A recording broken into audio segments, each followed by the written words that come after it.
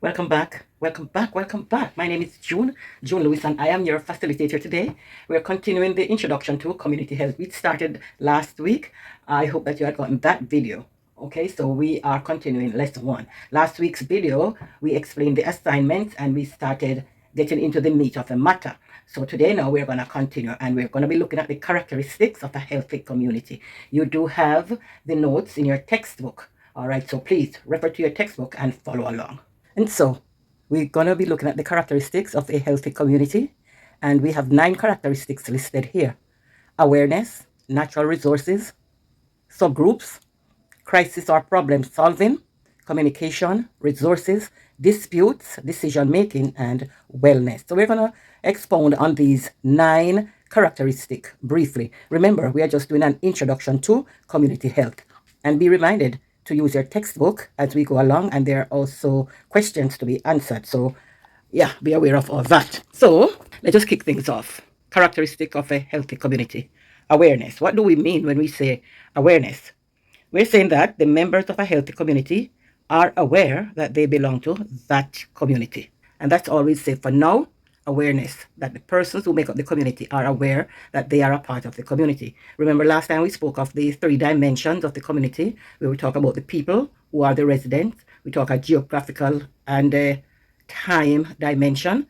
You remember that? You can look up into your notes for that. And there is also a 3rd dimension to it. Which one of you remember what that dimension is? You're not remembering? Okay. The 3 dimensions we mentioned in our previous video are people, place, and function, where the people of the community are the residents. The place has geographic boundaries, and there's a time dimension to where these boundaries are, and that the community has a particular function. Okay, so we're moving ahead. Today we're looking at the characteristic of a healthy community. And one of the characteristics that we look at is awareness. And we're saying that the members of a healthy community are aware that they belong to that community. What about the natural resources that are in the community? Can you think about any natural resource that is in your community? May be timber, may be rivers where they can be mined in sand. Maybe there's a marl pit somewhere about, the type of rocks what type of rocks they give marl. There's a particular type of rock that gives marl. I don't remember it offhand right now, but yes, there's a particular type of rock that gives marl. What about the ocean? Are you seeing parts of the ocean where you are? Are they doing fishing? What about bauxite mining?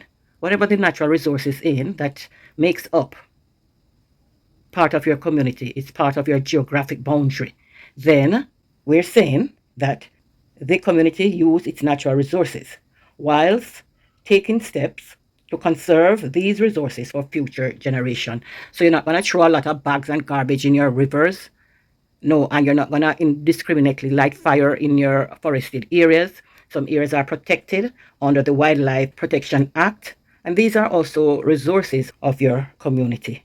So don't be lighting any fires indiscriminately. No, it is very illegal. Then another characteristic that we look at, subgroups, where the community openly recognizes the existence of subgroups. And what are some of the subgroups within the community? It could be the church, it could be our schools, it could be the 4-H club, the community watch club. These are subgroups within a community, and these are characteristics of a healthy community. Our problems, our crisis situations handled. And here, we're not talking about domestic disputes and disputes within the family. Here, we're talking about the bigger picture. The community is prepared to meet crisis situations. For example, sewage disposal. How is the sewage system set up in your community? What about garbage disposal? Water supply? Is there ambulance for the sick? These are some of the problems that needs to be looked at in our community. Sometimes we do have rivers and beach cleaning activities, and that may be one of the ways or some of the ways that the problems of garbage coming up on our shore, our riverbeds, these are the ways that they are dealt with. And even the gullies, those large drains that when you drive by sometimes or when you look, there's a lot of garbage inside these gullies. So when we do have heavy rains, these gullies are backed up, and then that's a large problem to be dealt with. Communication. Here we're looking at communication. There it is. Let me come up close. Communication. Yeah. How is the line of communication within your community? Remember, we are doing community health or the communication system. There should be an open channel for communication, which allow information to disseminate among all of the subgroups of citizens. whatever committees, whatever neighborhood watch groups, your cricket clubs, your 4-H clubs, whatever the subgroups are, your churches, your schools, whatever these subgroups are, there should be open channels for communication, because this is the way that information will be disseminated in the community. Number 2 above, we looked at natural resources, but now we're going to just look at the resources now, what that the people have, the resources of the community. What resources are there that are available to all members? So now we're not talking about natural resources. We're talking about like the health centers, the community centers. Do we have these resources within our community? And then how are disputes settled? We looked at crisis and problem solving on a larger scale, but now we're looking at disputes, and this has to do now with families and friends and persons in the community. The community will have legitimate ways to settle disputes. In some communities, they have some kind of community court system where I don't know about the legality of that, but it does exist in some communities where they have their own justice system outside of the normal justice system. There is a community justice system, and that's how they settle their dispute. Whether this is illegal or legal, I don't know, and this is not the meat of our matter here today to discuss that. In a healthy community, persons would have taken decision as to how they want their things to be handled, and whether legal or illegal, they are gonna find some way of getting what they want done until the long arm of the law reaches out and decides to hold someone. Moving along, how are decisions made within your community? Is there a system of democracy, autocracy, bureaucracy? What is it? We prefer that a community has a democratic way of making decisions, where maximum citizen participation, that is democracy in decision making. What about the health and wellness of your community? In a healthy community, there's a high level of promotion of wellness among its members. They make use of whatever health facilities are there, and they take steps to their well-being. And so we be moving along. We just spoke of the characteristic of a healthy community: awareness, natural resources, subgroups, crisis or problem solving, communication, resources, disputes, decision making, and wellness. So remember that all this information is in your textbook, so please make use of it. So now we look at the board again. We're doing Introduction to Community Health. We're at Lesson 1. We're continuing where we left off last time. So we want a definition for community health. And we are going to try and find out why is it important to have knowledge of community health, the importance of community health care. Then we're going to look at a community assessment, the assignment that we have to do. We're going to discuss it a bit here. So let's go. And so community health, that is what we are doing today. And we want to know, what is community health? The information is in your text. Remember, the information is in your text. You do need your textbook. If you don't have it, you're going to be lost. So community health is a field of public health. We have all heard about public health. So community health is just a part of, one aspect of. And that aspect, community health, focuses on studying, protecting, and improving health within a community health. It does not focus on a group of persons. No, it is not just about a group of people with their shared characteristic. For example, persons with asthma or hypertension or diabetes. No, that is not what community health is about.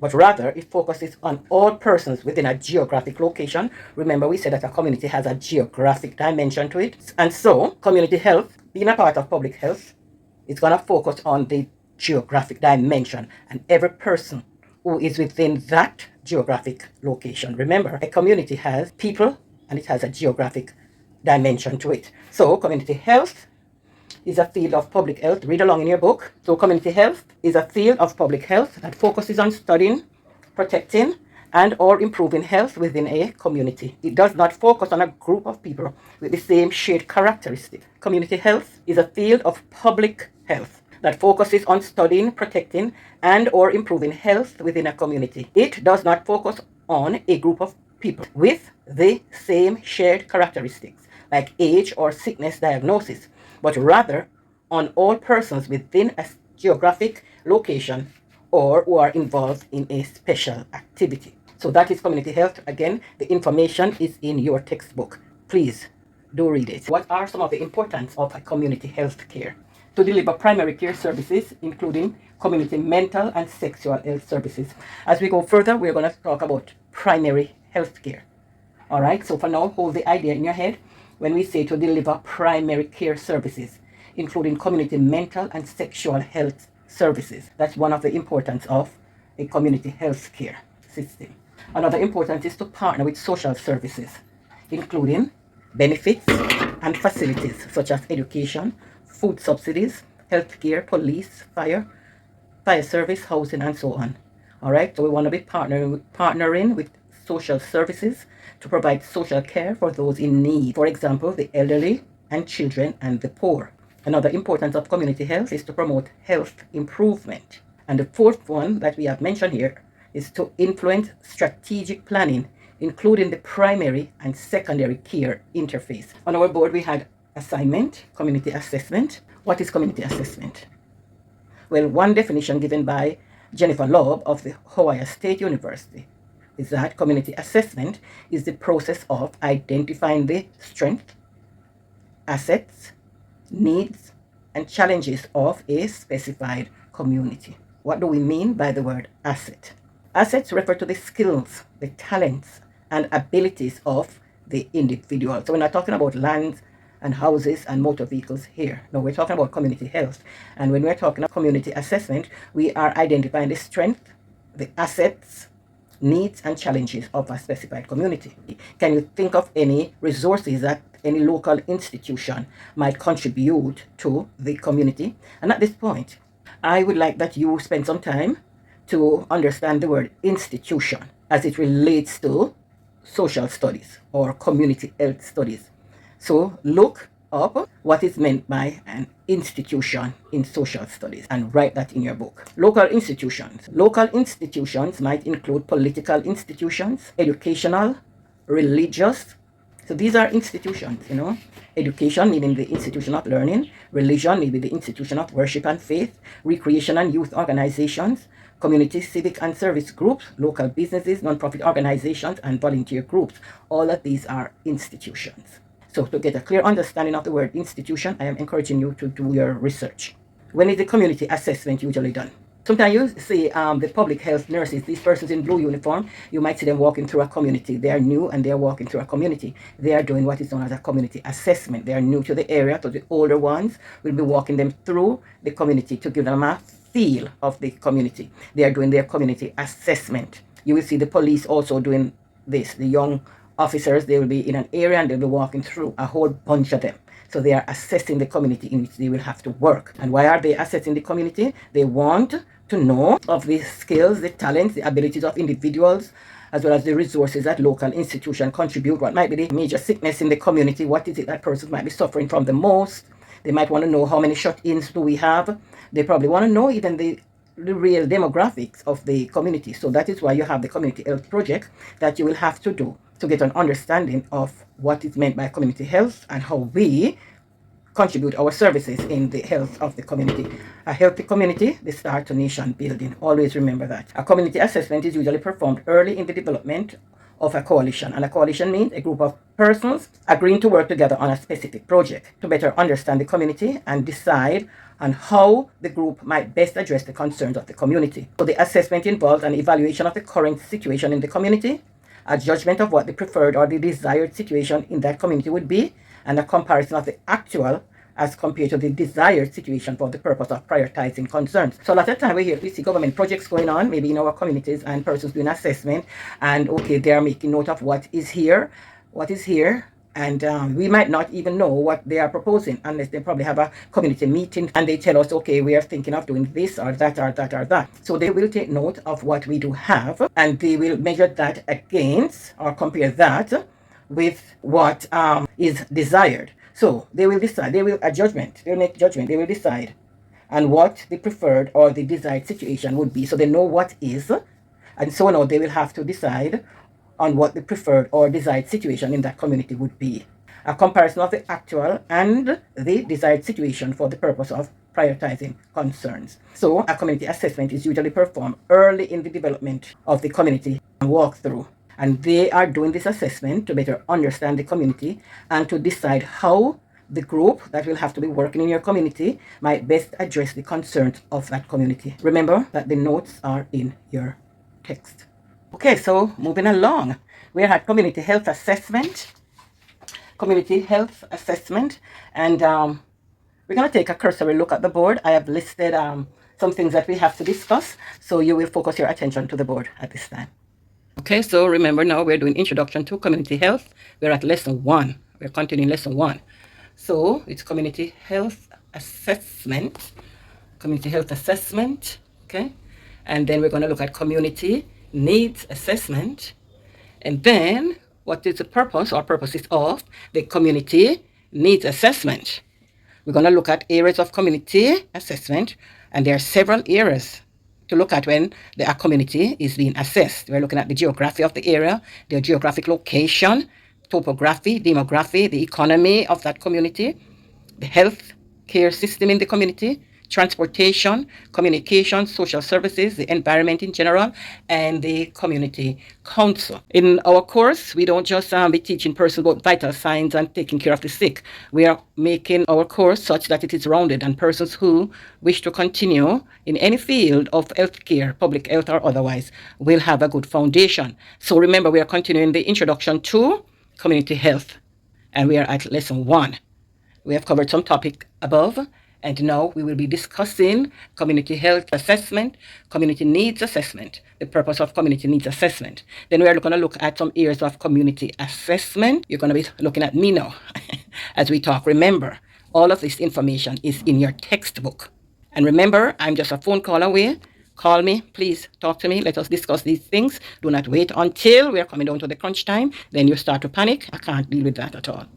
And so we continue. We're talking about community health assessment. You have that on the board just now, and the notes is in your book. So we're going to look at community health assessment. What do we mean when we say community health assessment? A community health assessment gives organizations, there may be different organizations who are interested in the growth and development of a community. They take interest, they probably adopt a community. Maybe it's digital, maybe it's basic commodity, maybe it's flow, maybe some other organization decides to, input resources in your community. So they will send their team out to do an assessment, a community health assessment. That's not just a general assessment of the community. Now they're doing a community health assessment. Remember, you look at the board, you saw community health assessment and community needs assessment. So we're talking about the community health, the health aspect. Now, we're going to talk about the needs just after this. A community health assessment gives organization comprehensive information about the community's current health status, its needs, and any issues that they might be having in a crisis situation. The information can help to develop a community health improvement plan by justifying how and where resources should be allocated to best meet the needs of the community. So the assessment will give the organization, and sometimes it's the Ministry of Health that needs information. So it gives the organization that is offering its services, it gives comprehensive information about the community's current health status, its needs, and its issues. This information can help develop a community health improvement plan by justifying how and where resources should be allocated to best meet the needs of the community. A community health assessment is sometimes referred to a needs assessment, but they are not the same. You might hear persons using the word loosely, interchangeably, community health assessment, community needs assessment, and they're talking as though both are the same, but you and I are learning today that they are not the same. No. Whereas a community health assessment seeks to empower community members by allowing them to take ownership in affecting the health of their community, needs assessment focuses on discrepancies about what is and what should be given in a community as prescription of what their community needs. So a community health assessment is sometimes referred to as a needs assessment, but they are not the same. The information is in your notes. Whereas a community health assessment seeks to empower community members by allowing these members to take ownership to decide what is affecting the health of their community, needs assessment now focuses on discrepancies between what is actually in existence now and what should be in existence. What do we have now as opposed to what it should be? It is a prescription more so on what the community needs rather than what it does have at this time. So let us now look at the community needs assessment. Remember, the notes is in your textbook. Community needs assessments seek to gather accurate information representing the needs of a community. Remember, the community is existing, but improvement needs to be done. So rather than focusing on what we do have and what we're struggling with, yes, we know what we have, but what is the real need now? So you might find your political representative, your counselor, other civic organizations, other persons who might be interested in donating things to your community. They are interested in what do you want? Yes, you have this, but no, tell us, what do you want? Oftentimes you'll hear, oh, they're not enough for your community, and we don't have so and so, and nobody knows so and so. But when these people come and they do call a meeting to do a community need assessment, many of us, we don't turn up. And if we don't turn up, we keep our mouth shut or we're mumbling in the back. So at the end of the meeting, the persons who come to have dialogue with us, they're left with nothing. And so we get no help. Because we go and we move in, and that is not really getting to the meat of the matter. So they leave and we get no help, and then we cry and say, oh, this party not doing and that party not doing, when truth is the persons did come and wanted to do the needs assessment, and we did not offer any type of help. We did not make it any easier for them. You can't just go to the doctor and sit in front of the doctor and expect the doctor to be a magician to know what you need. You have to give the doctor some information. It's the same way. We can't just decide that, oh, we now tell them nothing. They're supposed to know what we want. We want good garbage disposal system. We need a community center. We don't have no basic school. We don't have no health center. We don't have no transportation. We don't have no internet service. We don't have. How can they know? They're coming from Montego Bay, hey? And you are in the hills of St. Mary. How would these people know if you don't tell them? So we have to stop being quiet members of the community and open our mouths to say what it is that we want. Because at the end of the day, we keep pointing finger at this one and that one and that one and that one. Can you identify with that? Welcome to the channel. Welcome to my video. Welcome, welcome, welcome. My name is June Lewis. I am the face of the chief coordinator, one of the facilitators at Hands for the Aged-Tutoring services. Here we help persons along their journey as healthcare professionals. We specialize in training and tutoring persons who wish to give their services or offer their services as practical healthcare persons. We are part of the essential services of the world. And so, today we are looking at community health and introduction to. Again, my name is June Lewis, so let us continue. We were on the topic of community needs assessment, and I'm saying we need to open our mouths. So when persons come to help us in our communities, yeah, you're looking at my thing. It's back way now, and for the Aged-Tutoring services. Thank you. Let me make sure you're seeing it quite well. Thank you. All right. So community needs assessment seeks to gather accurate information representative of the needs of a community. Assessments are performed prior to taking action, and these assessments are used to determine the current situation and to identify issues that need action, establishing the essential foundation for vital planning. A needs assessment can be an excellent way for the public to become involved and contribute to the outcome. What are we saying here? A coalition, a group of persons, be it politicians, be it dentists, be it medical doctors, be it any civic organization, may it be a private sector organization, and they want to contribute to the development of our community. They're not just going to move in ad lib. No, they are going to come in with their team, a coalition, and they are going to do a needs assessment. They're going to call a community meeting. Remember, needs assessment is different from the community health assessment. The community needs assessment is different from the community health assessment. The health part of it might be part of the needs. And so when these persons call for a meeting with us, we go to the meetings. We make our voices heard. We don't go like buffoons, talking nonsense and bringing politics and all this stuff into it. The community needs are important. What do you need? What do you want? What do you have already? How can we improve what we do have? How can we add new things too for the benefit of the community? We are here to assess the needs of the community, and we want you to talk to us, tell us what you need. But oftentimes we go, and what we do, we sit and we close our mouths. Our mouths are shut until after the meeting now, in our little groups. Oh, and so, and ho, and he never, and oh, and so, and oh, Miss Jane Big Hat in a block the way, and ho, blah, blah, blah. Whilst these people gone, and then we get no help. So I'm encouraging you at this time, as we do the community health introductory course, that we now decide that we're going to open our mouths. Community health is part of the community needs. What is the purpose of a community needs assessment? A community assessment can be useful in mobilizing a community to action, as it identifies and matches the skills of community members with the resources or organization.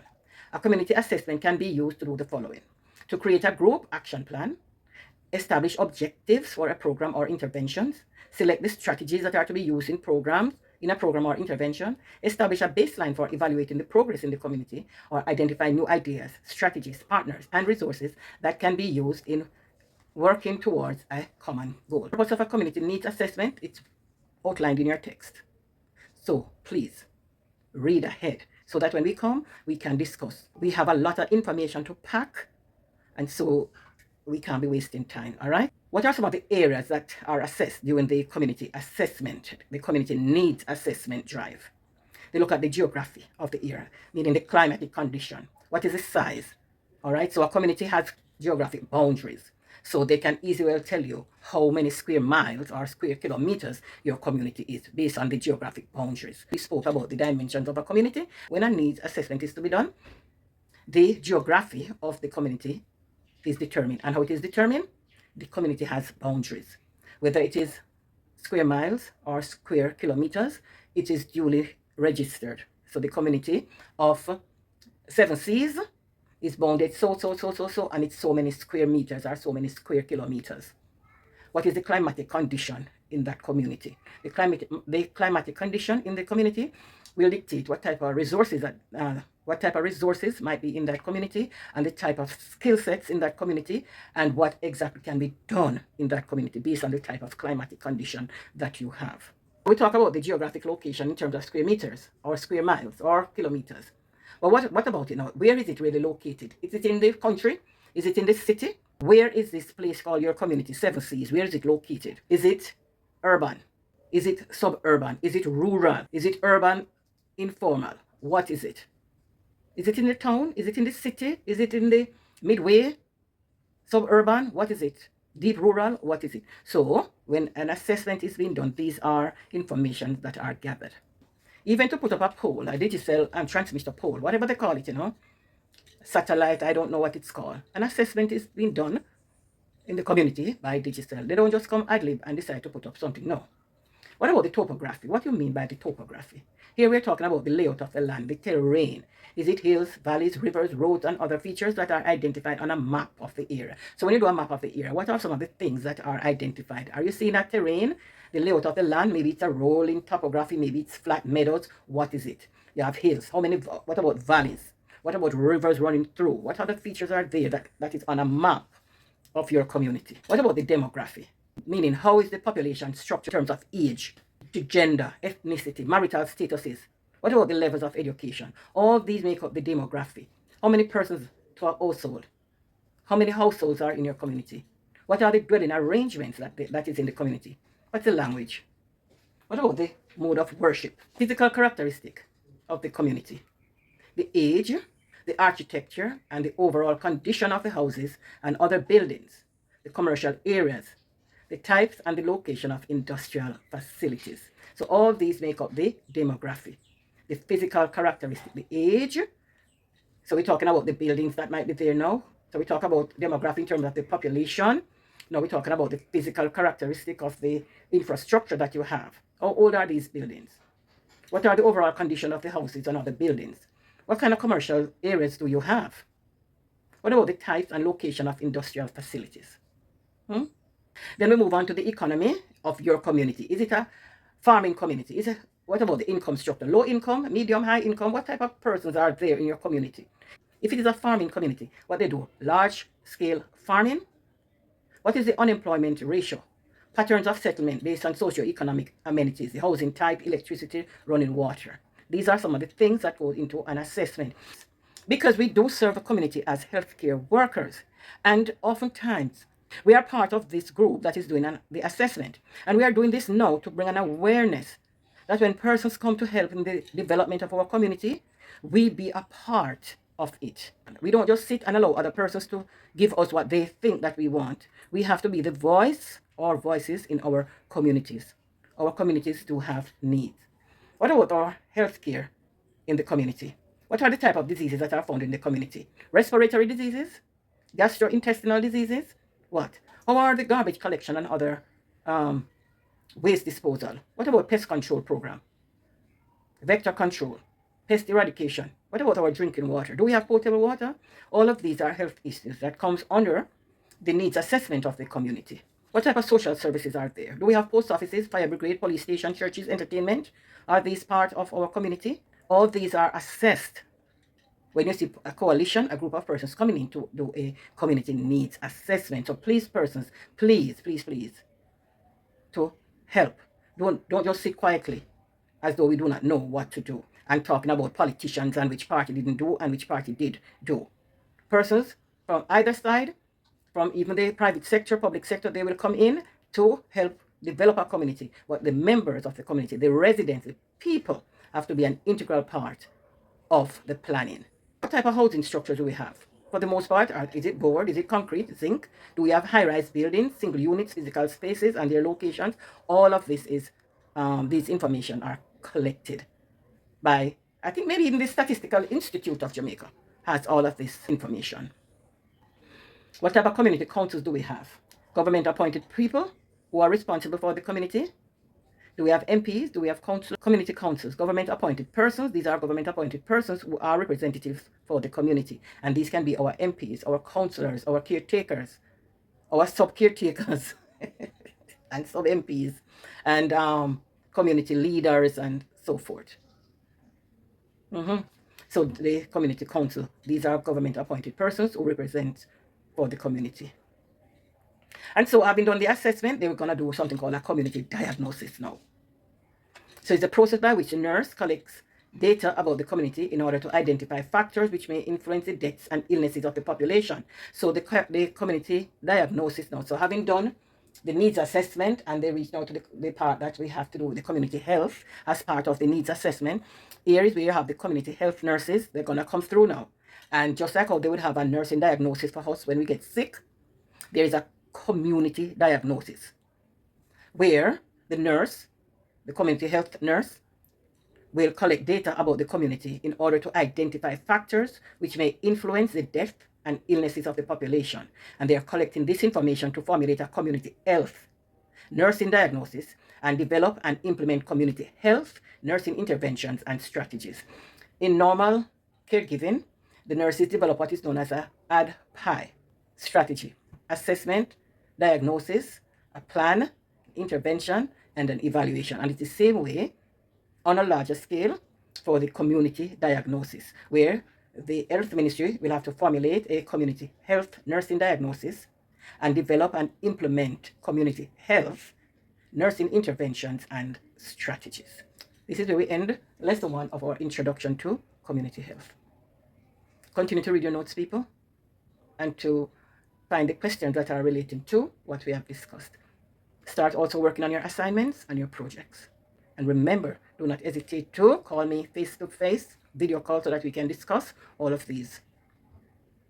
The number, 876-779-9369. There you have it. My name is June Lewis. I'm the face of the Chief Coordinator and one of the facilitators at Hands for the Aged Tutoring Services. You're duly registered by the company's Office of Jamaica as a training and tutoring entity. Join us for classes. It will be fun. All right? We do online and we also do face-to-face. See you for the next class or the next video.